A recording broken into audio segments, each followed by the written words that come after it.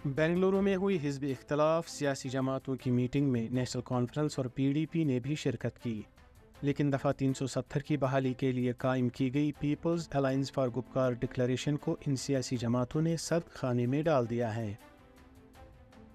NC और PDP की सरबराही में दफ़ा 370 की बहाली के लिए पीएजीडी को तश्कील दिया गया था।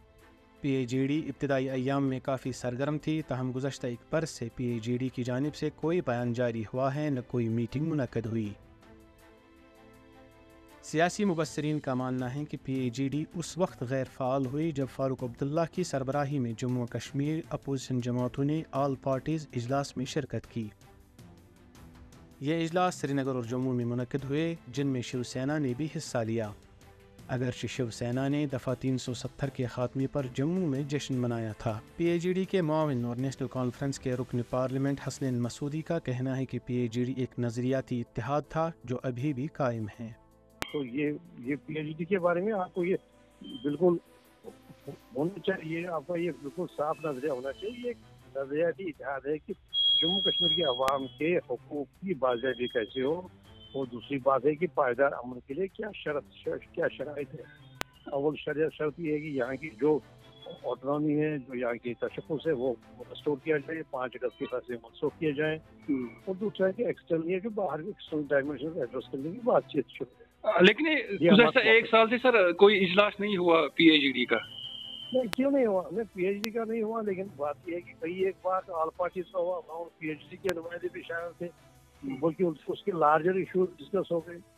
तो ये वो ऐसी बात नहीं है, वो तो सब चल रहा है। अभी कल ही आपने देखा होगा कि इकट्ठे एलजी साहब से जो एक अवामी मामला था उसके बारे में मिले, तो वो नजरियाती हद तक वो मौजूद है, और वो जहाँ पर भी उस नजरिए को टक्कर देने की जरूरत होती है, वहाँ टक्कर दी जाती है, तो उसका जो एजेंडा है वो आगे किया जाता है। इन जमातों के नौजवान लीडरान पीएजीडी के क़याम को बाकी रखना लाजमी करार दे रहे हैं।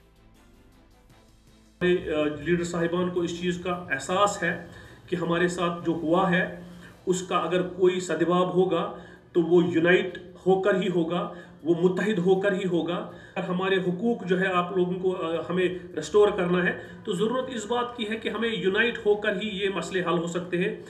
ये इनकी कोशिश है कि हमारी आवाज़ जो है कमज़ोर रहे, हम डिवाइड रहे, और ताकि ये हम पे मुसलत रहे, और हमारे पास सबसे बड़ा ऑप्शन है कि हमें यूनाइट होकर जो है इस सोच का मुकाबला करना चाहिए।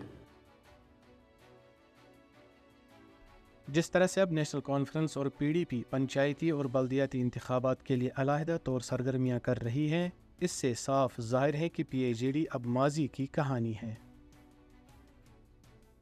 ETA भारत के लिए श्रीनगर से मीर फरहत की रिपोर्ट।